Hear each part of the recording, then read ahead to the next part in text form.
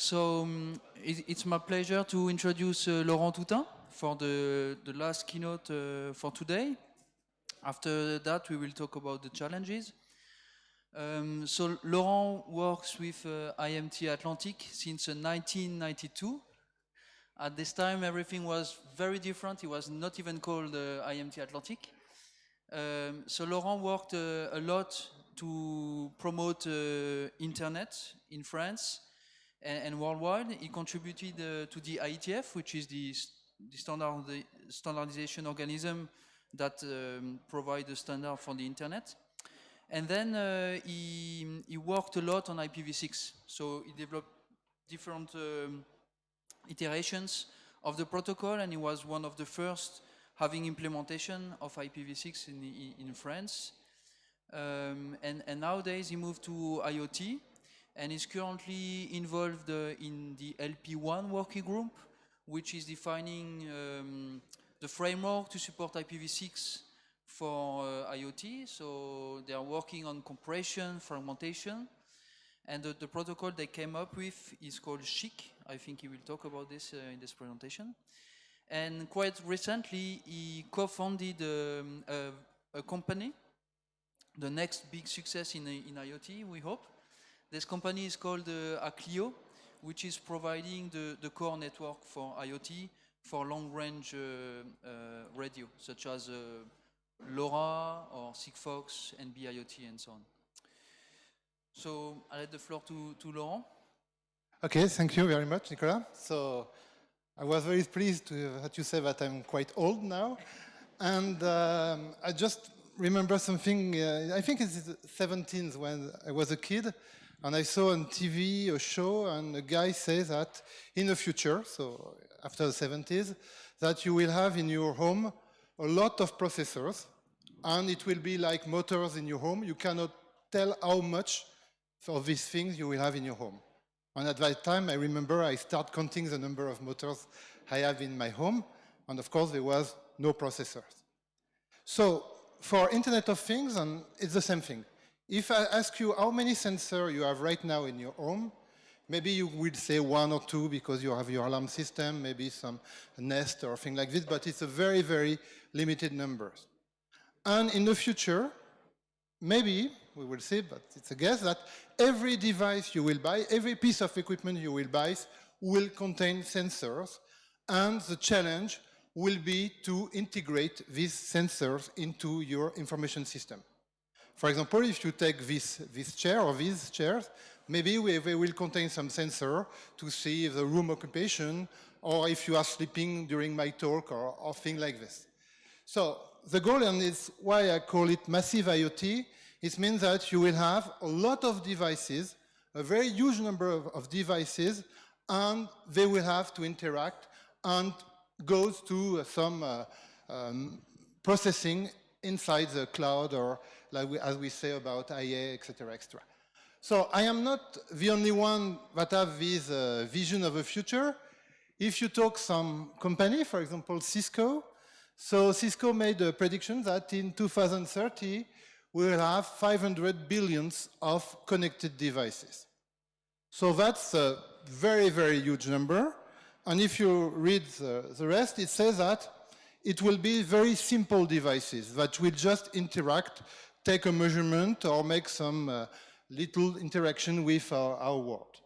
So the goal, of course, is to integrate all of these things. So I make some stupid computation, and for example, if you say that you have these 500 billion devices connected in 2030, it means that in Earth, every inhabitant will have about 60 devices. And if you take a family of 4 people, it will be 240 devices in your home. So that's a huge number. So if we take now some little computation, for example, if it takes 1 minute to recharge a device every day, so every day you will spend 4 hours to recharge all your devices. And if the battery lasts 1 year, you have almost 1 device to recharge every day. So it means that you will never do it. You will do it maybe at the beginning with fun, but after that it will be so boring that you will forget. And for the industry, it's the same. If you put a lot of devices, a lot of sensors, and you have to pay a team to recharge all these devices, then the cost of the device, of the management of the device will be so high that you will not take it into account.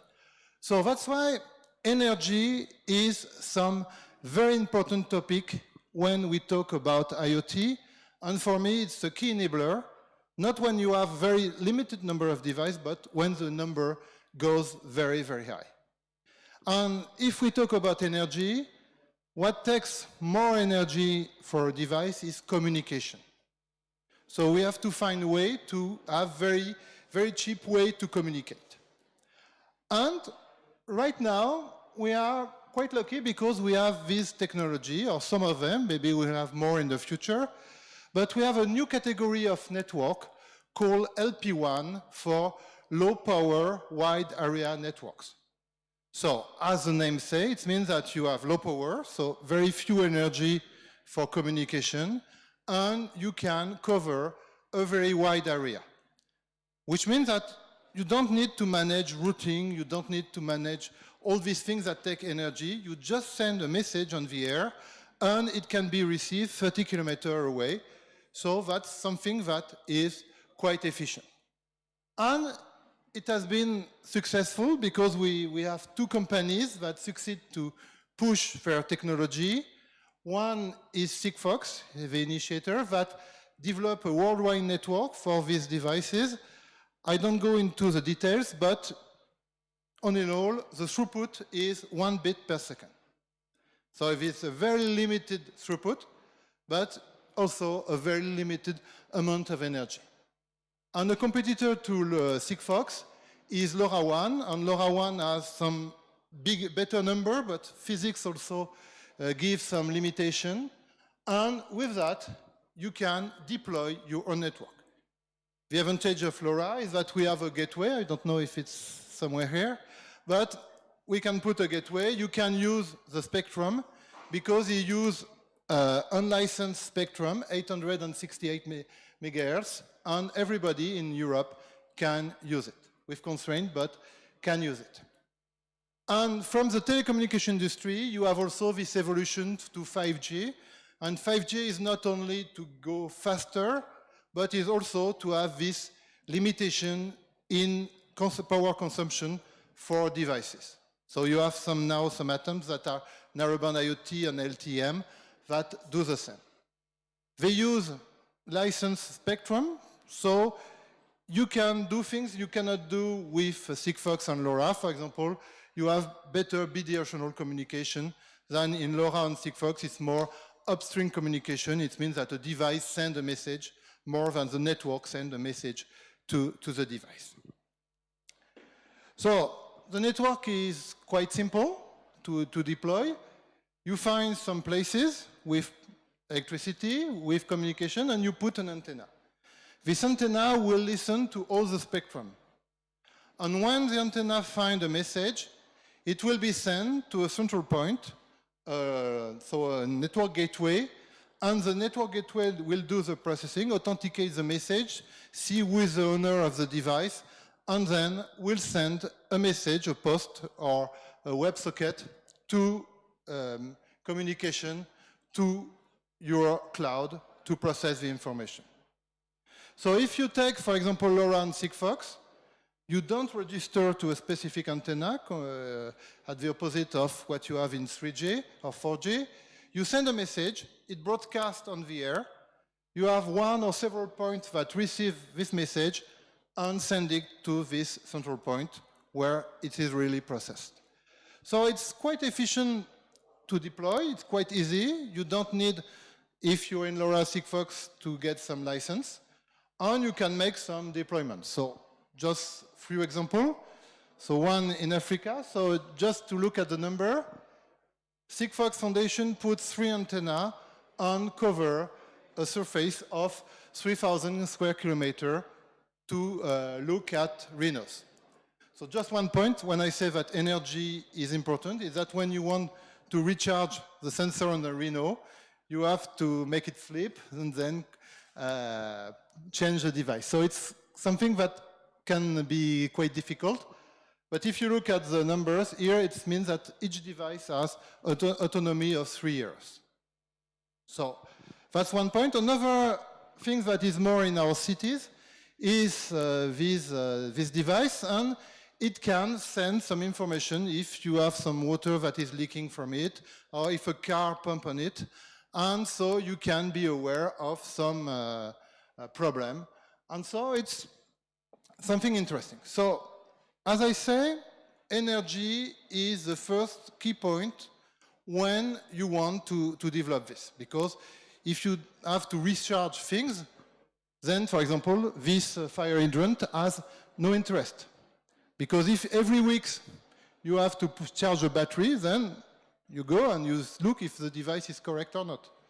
So the interest, if you put it and you forget it. The other point that we discussed before is interoperability. So it means that this device will last for a lot of time, and of course they will evolve. If you find now a sensor that is doing something, in 5 years you will not find it. You will find a new version of the sensor, and maybe the data is sent is totally different or has been updated. So what is very important is interoperability. And on Earth, we have something, the human developed something that is managing interoperability, and it's the internet. So the internet is something that is worldwide. Everybody uses it. And for example, from your mobile phone, you can connect to a web server and get some information. And you don't have a format for Apple and a format from Samsung. You have the same format for all kinds of devices. So we have this interoperability. So the interoperability is done as several levels. So if we look at the network layer, right now what we have, so it's something like what you have in, for this lab. So you have a layer 2 that is very specific to what you are doing. Then you hide the specificity of layer 2 by a layer 3 that can be IPv4, a little bit of IPv6, but right now mainly IPv4. Then you have TCP, UDP. And on top of this, you have, for example, HTTP.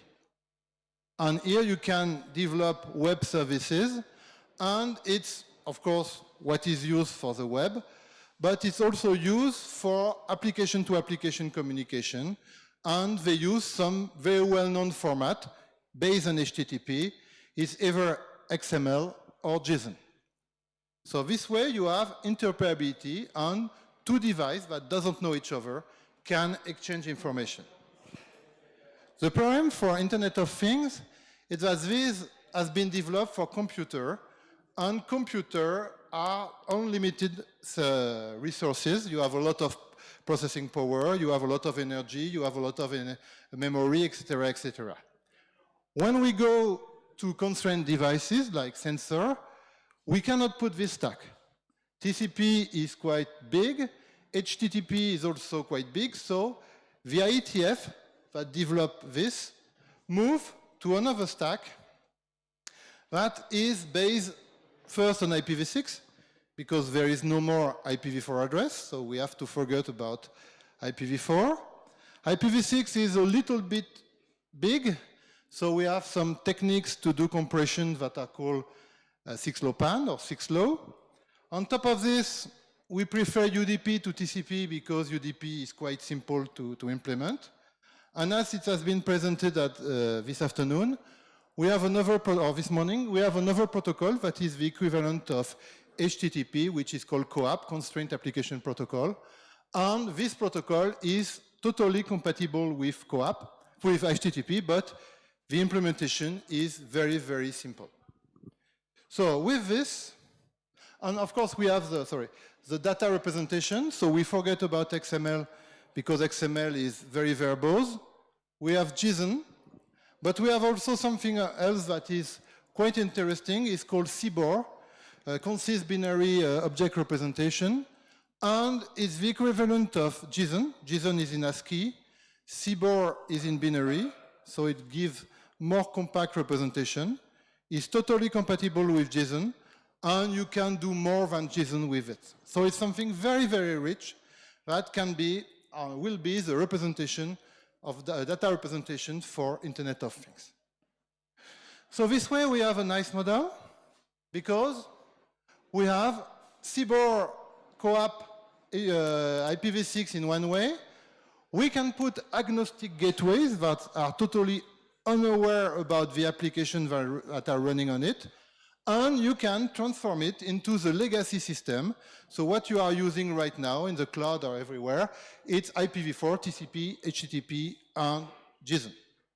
So this way you can integrate seamless what is currently existing to what is now developed for the Internet of Things. So here we have a very good level of interoperability. Just to represent interoperability in one slide, here you have different levels of interoperability. So 0 interoperability means that you have devices that do not communicate.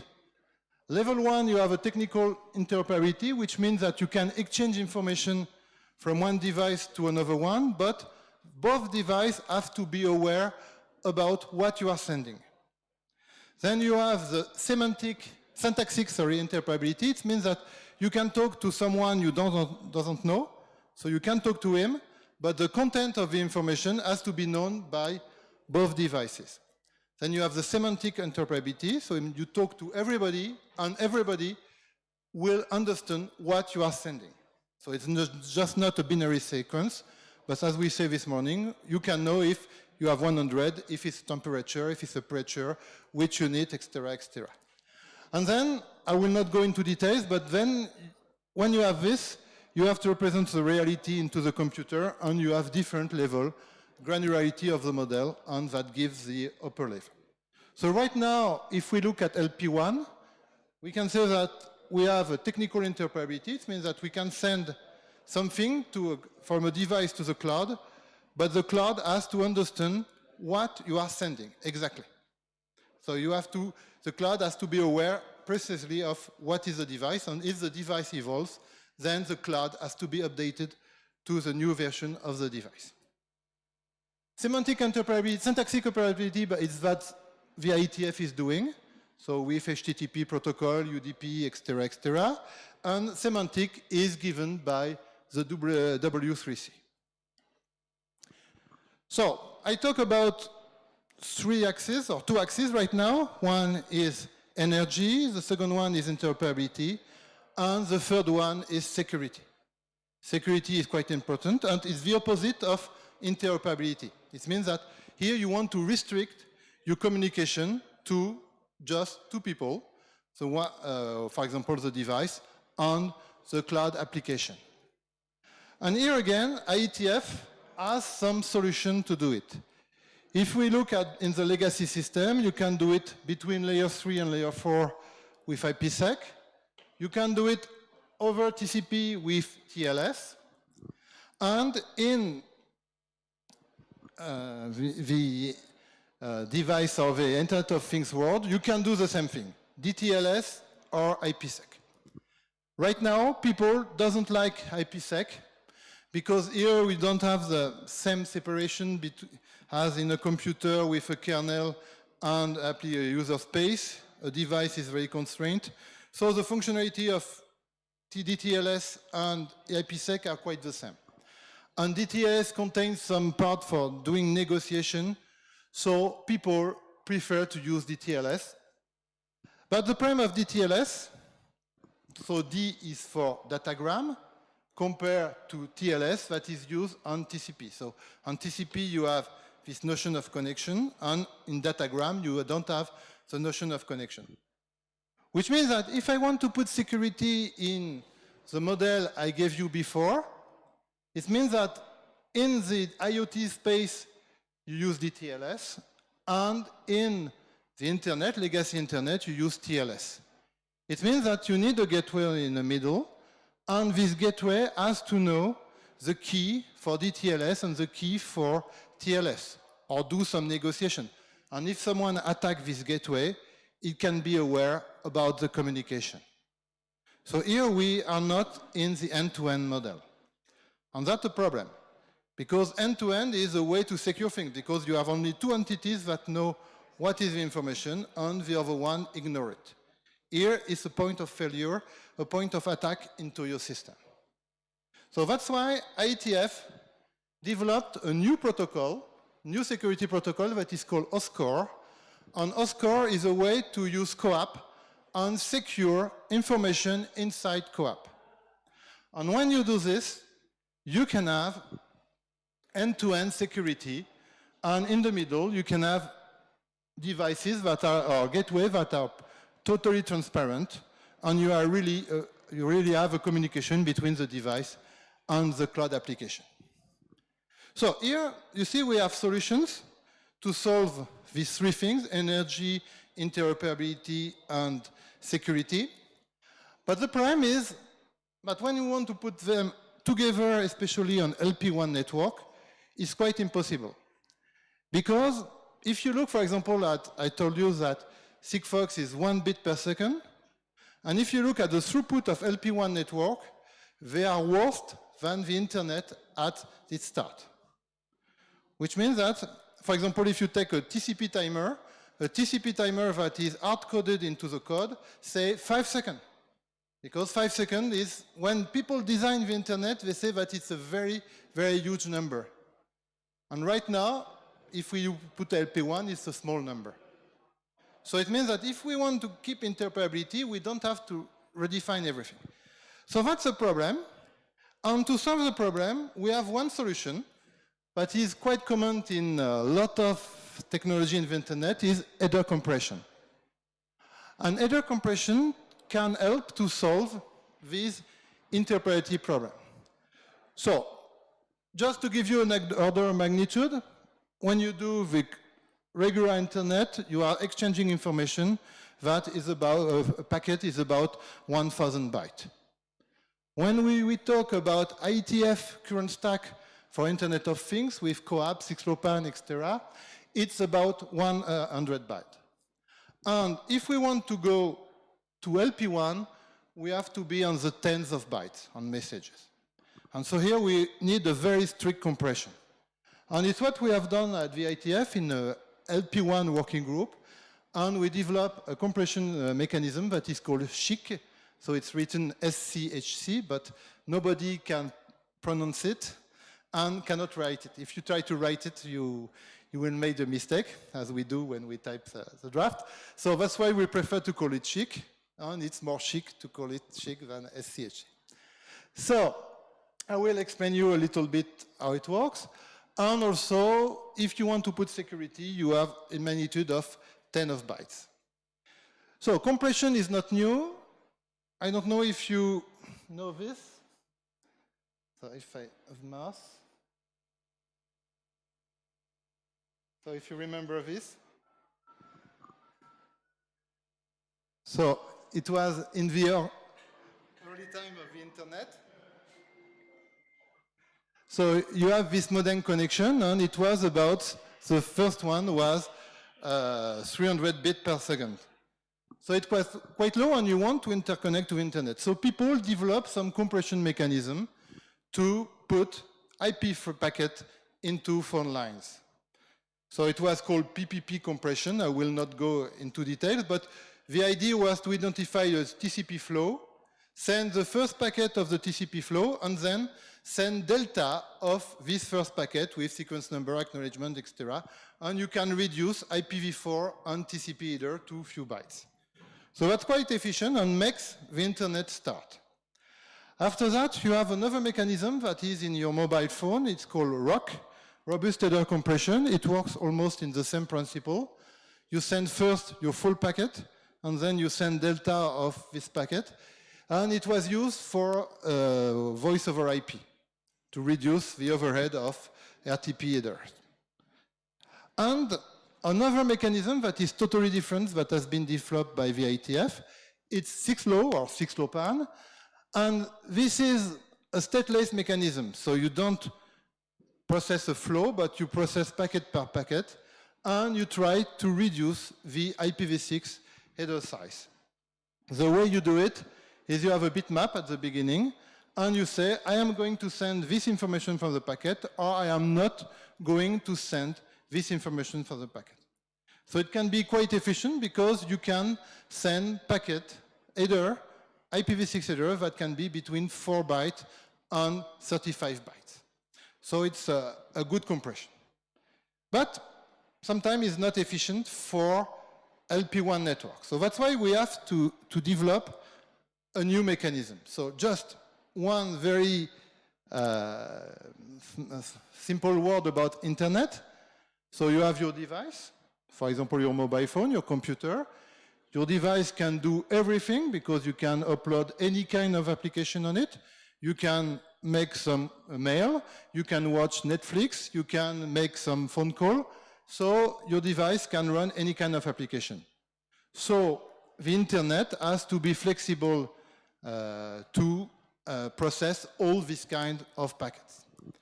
Now if we go to the sensor world, for example, I have a penguin, and I want to monitor a penguin, I will not put a mobile phone around his neck.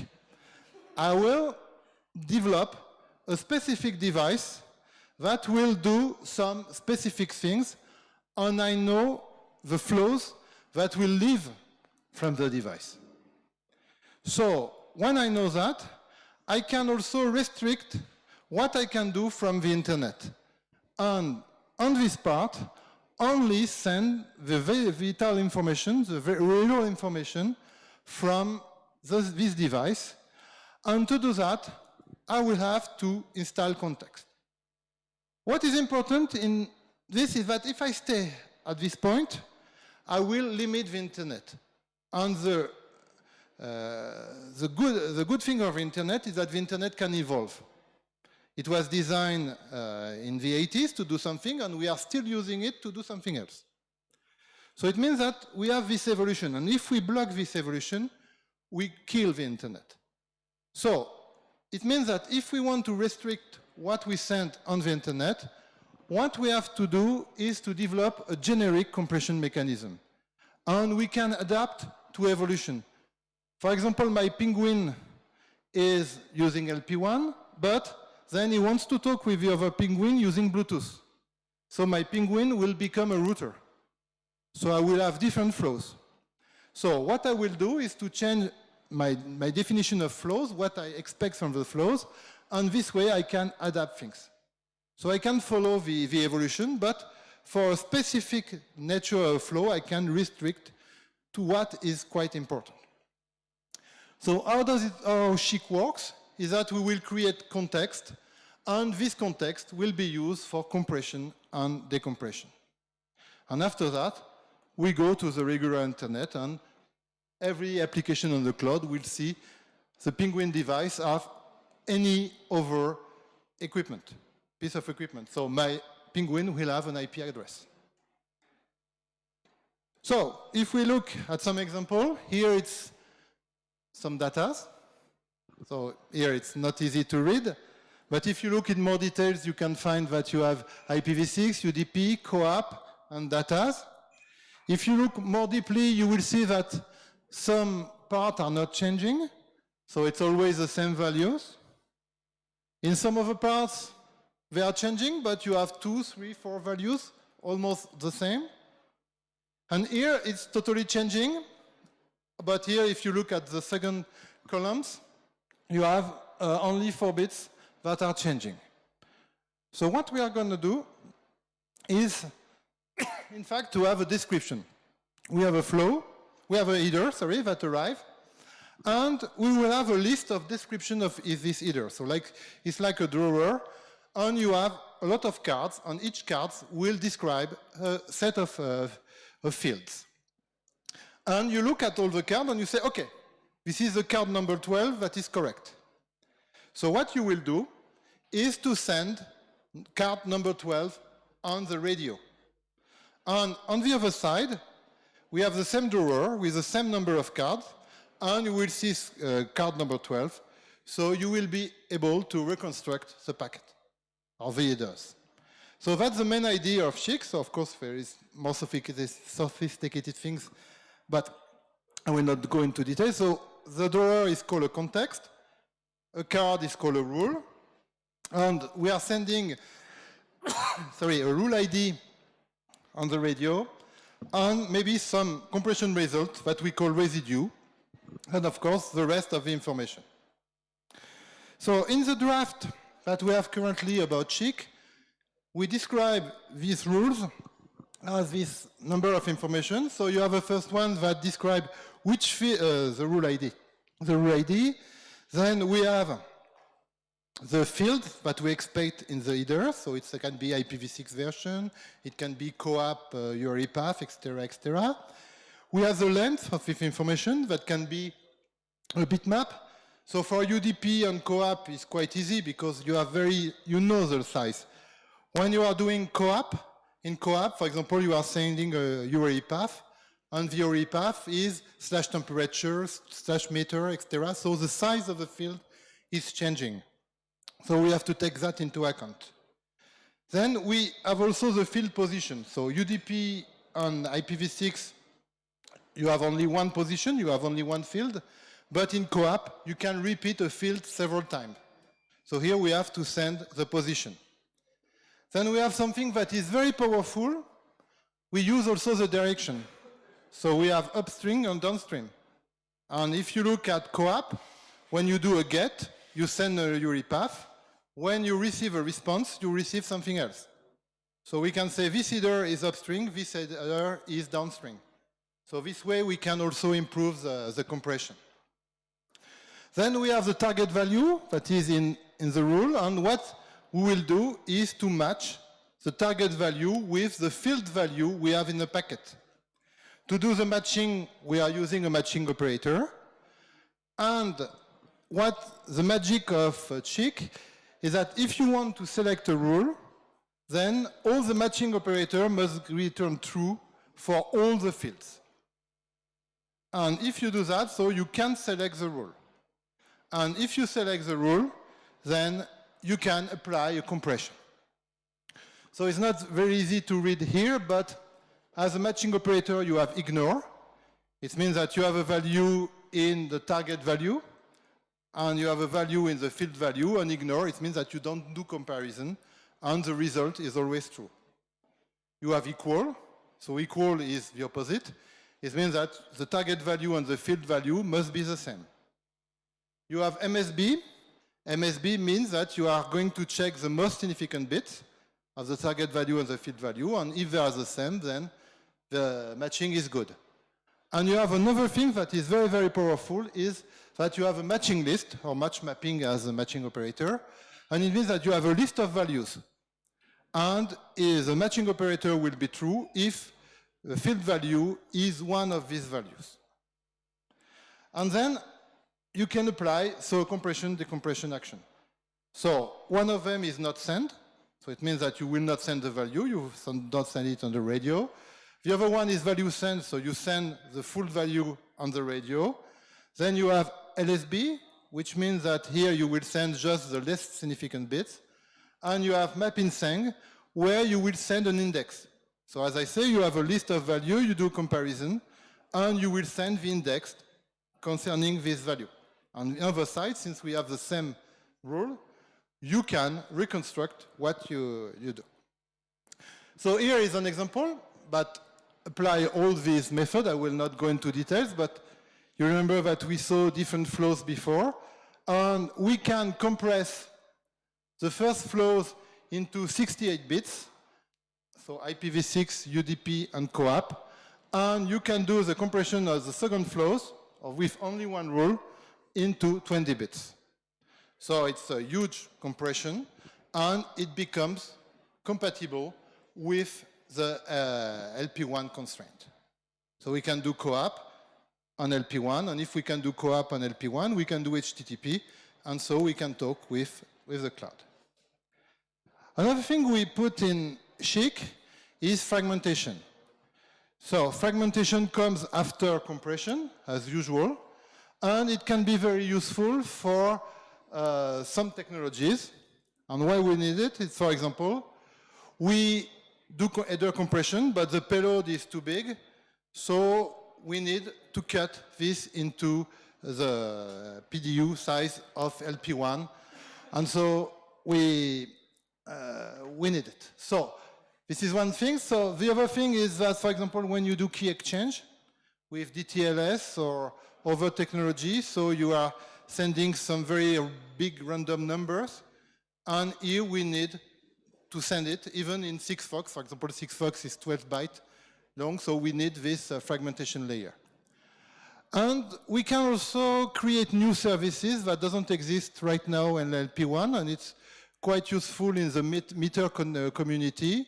Is, for example, I made a log, and I will send my log every night, instead of sending a message every time I have an event. For example, I open a door. Right now, in LP1 or Sigfox, I send a message on the radio. So I think I have no more battery here. Yes, you hear me? Yeah, okay. So that's good, but for example, it gives an information for an attacker. If this device sends a message, it means that someone has entered into the room. So it's better to have logs in that case, and it serves also energy. So that's why we need fragmentation. And we have developed a very powerful fragmentation mechanism. So I will not go also into detail. You can refer to the draft. And it's very, very short overhead. We also manage very well the padding because we are working in bits, and LP1 or all the technology are byte aligned. What is very important also is that we have asymmetry of uplink or downlink, because it's one very important characteristic of LP1 network is that you cannot use the downlink as you use the uplink. Or if you are in narrowband IoT, for example, you can have different bandwidth, different throughput for uplink and downlink. So here we can adapt these to the characteristic of layer 2. And the state machine is very, very simple because we don't need a very strong synchronization between the sender and the receiver. So this way you can develop some very small codes and you don't need some synchronization points. So right now we have three modes, but in fact two are only very useful. The first one is no hack. It means that you fragment your message, and that's all. If you lose something, you have lost your message. And the second one, hack always, is something you can forget now. And the last one is hack on error. And it's something that is very efficient for LoRa, for Sigfox. And it can deal also with MTU change when you are sending. In LoRa, for example, you have some spreading factors. And regarding your spreading factors, the MTU is not the same. So you can start with a payload of 200 bytes. And when you go to the most robust communication, it's only 50 bytes. So when you want to do retransmission, it can be a problem.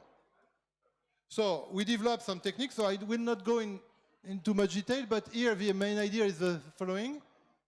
You have your message you want to send, so you cut it into slides, and you number it. So here you have a very small number. It's 43210, 43210, 43210, etc. And this, each time you go to 0, it's another window. And so here you have a number of windows, and here, for example, I have 10 windows, and I have to number these 10 windows. So I have this information, and I send it on the radio, and the receiver creates a bitmap for each window. So every time you have a bit equal to 1, it means that it receives the fragment, or the ties, and when there is a bit equal to 0, it means that it doesn't have received the information. And as the name of the fragmentation is hack on error, it means that when the window is full, it means that there is no error, so you don't send acknowledgement.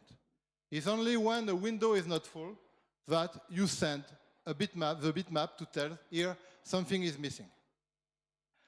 And so the only thing is that at the end, when you have received all the fragments, you have a special packet that is called all1. So all the bits in the number are equal to 1. And in that case, it means that I want a status, I want a feedback. And your feedback can be a very small message that says, I have received the message. If you are losing some fragment, for example here, you have two windows that are not full. So when the receiver will receive the last fragment, the all one fragment, he will not acknowledge the packet, but will ask for the missing parts. So the interest of this mechanism is that if you have no error on your network, you just send a very small message as an acknowledgement. And if you have more error in your network, then you send more feedback. So we are doing some studies right now, and it's quite efficient. You see that when you have no errors, so it's on the axis of X, so you have probability of success. When is 1, you send only one packet, one acknowledgement. And if you have some errors, so you see that it increases. Of course, when you have 10% of success, then here you have to send a lot of acknowledgement. But that's, there is no magic here. But normally, LPWAN networks is about 80% of success. So it means that you are in quite reasonable number of messages that you are sending. So here we have a very, very efficient fragmentation mechanism. And the LoRa Alliance is now adopting a SHIC for first electrical meter, and is partially due to the fragmentation mechanism we have developed. For security, so I will just, I talk about OSCORE at the beginning. So how does it work? OSCORE is that you take your co-op message. Your co-op message is composed of the first bits, the first 32 bits that are the mandatory part of the co-op message, and then you have a list of options and payloads. So the goal of OSCORE is to separate these options and say that you have options that are using for caching, so that has to be known by all the proxies, and you have options that are to be hidden from the network because it's some information that you can give to an attacker. So you split your OSCORE, your co-op message in two parts. You encrypt one part, and you send in plain text the other part. So that's the main idea of OSCORE. So I don't go into much detail, but you can apply also SHIC to this. And when you do that, then you see that when you take a regular message or OSCORE message, then the overhead is 10 bytes. So it means that the cost of end-to-end security is very, very limited. So in Sigfox, it will be one cell, one frame, and in LoRaWAN is something that is quite invisible. So it means that here we have end-to-end security and we have IP connectivity. So it's something quite efficient. So to stop with perspective, so what we are doing right now is to work also in 5G to see how we can put SHIC into the architecture. I talk about ROC. For example, ROC is mandatory. And the goal is to see where we can have also this SHIC mechanism for Internet of Things. And the last part, so what we have done now in standardization. So we have a first RFC that you can read if you want to discover about LPWAN, because it describes the main technology for LPWAN. We have now the draft that gives the basic compression mechanism that are, now it's an IEG last call, and it will be in few weeks adopted by the IEG. So it will become an RFC. So that's for the main mechanism and the application to IPv6 and UDP. And we have also a draft, but in last call too, that is on co-op. So now the compression mechanism is quite stable, but it's standards. So it means that a standard, we try not to close all the way, so to have something very, very generic. So now the goal is to make research on how to apply the standard and find the best way to use the standard. So either in compression, so for example, I talk about co-op, so how we will deal with co-op, how we will play with timers, how we, for example, we talk about lightweight M2M, how we can put this kind of mechanism for lightweight M2M or other platform that will use co-op. So you have this for fragmentation also, you have a lot of study to do to find the best mechanism, the best timer, etc., etc. So it's a lot of research opportunity on that. We are working right now in 3 documents to port SHIC on Sigfox, on LoRa, and in 3GPP. And the next step is to do AOM, so operational and maintenance. So for example, you can try to ping LPWAN device, and you have my device is alive, but in fact you will never send a message on the LP1.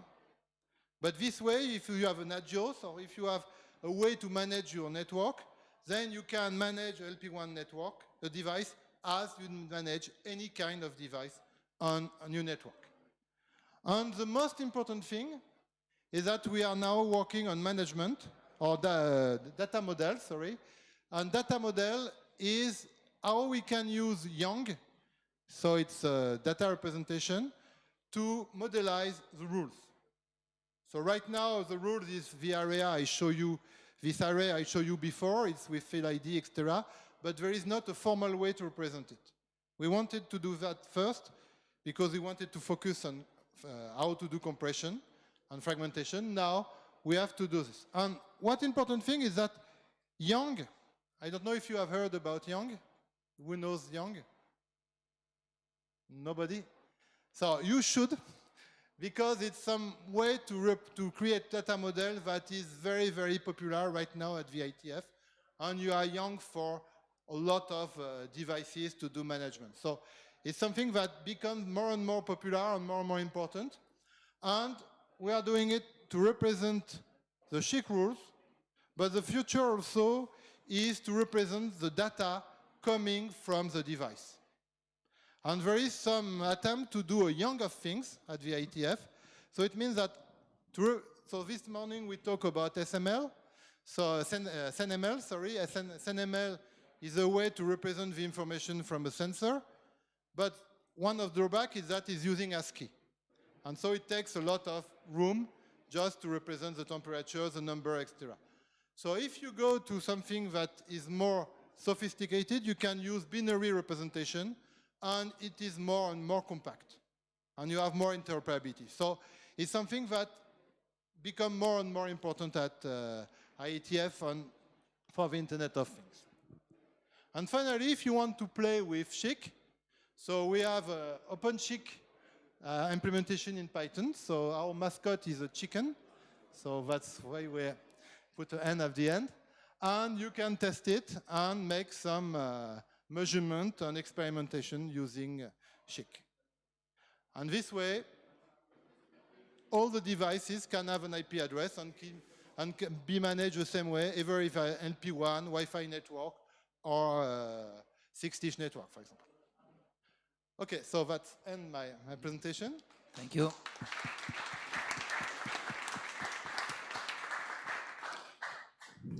Thank you very much. Do we have questions? Okay, so you address interoperability in a way that is, let's say, propose a technology stack that makes sense because EATF is what it does. And I see the interoperability part, but what about integration? And my question is, what do you say to people that want to stick with their technology stack, but still want to integrate with those one? So maybe it's a tendentious question, but... No, it's something I skip in this, is that we can have in SHIC legacy model, what we call the legacy model. It means that you just send the data from your device, and it's like having an implicit rules that have no size, and then you go to SHIC compressor decompressor, and here you can create an IP, UDP, CoAP packet that will contain the payload.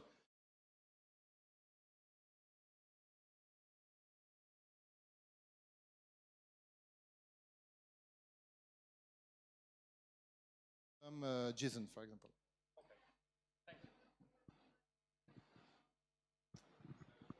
Thank you for the presentation. I would like a clarification on the difference between technical and synthetic interoperability. And do we always need the highest level of interoperability? And in which cases we are fine with just synthetic or less or more? Okay, so I will give you my interpretation of this. For me, technical is like when you have an I2C bus on electronic card. It means that you have a sensor, you have a processor, you design your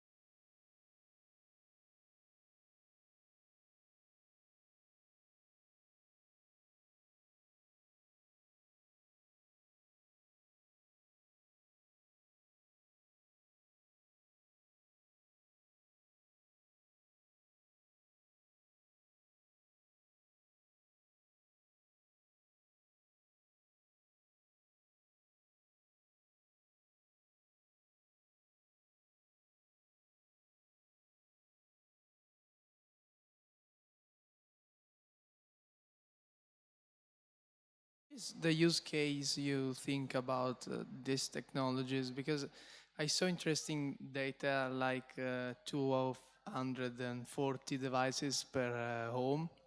But actually, I don't know, in my opinion, I expect to see several hundred of devices deployed in a smart city or in a company, not in my house.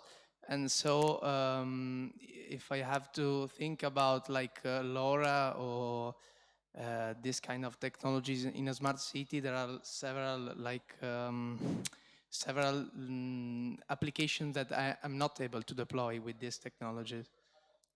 Yeah, in fact, it goes back to what the internet. So, for example, I don't use it, but I have a controller to change the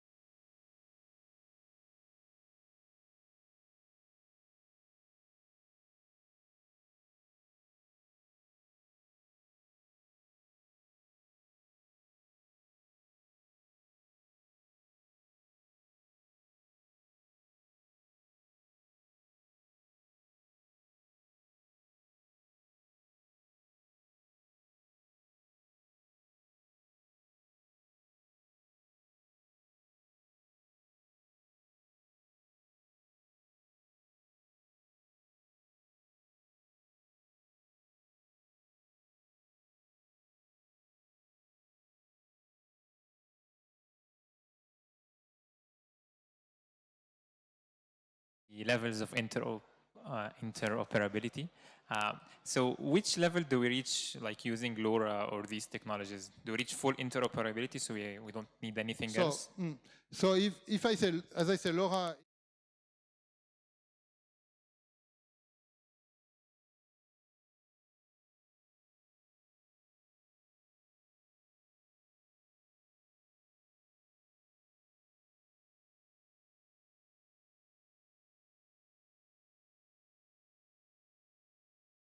way, and you configure your net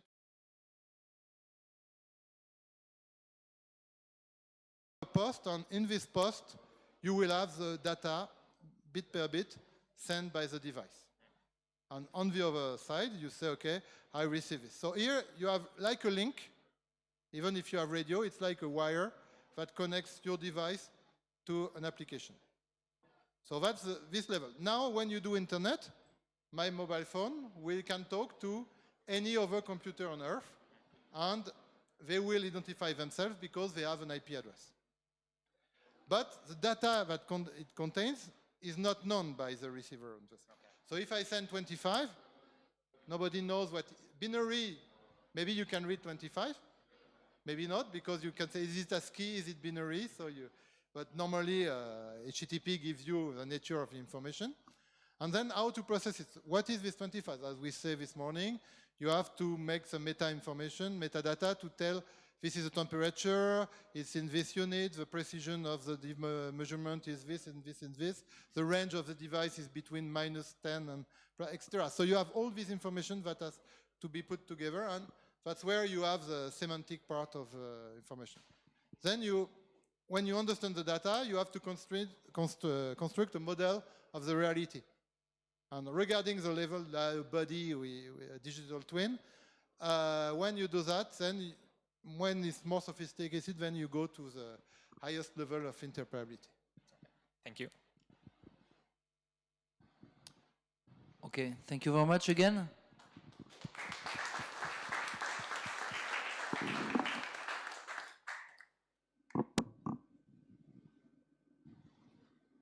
Thank you. All right, good. So the next agenda item is the presentation of the challenge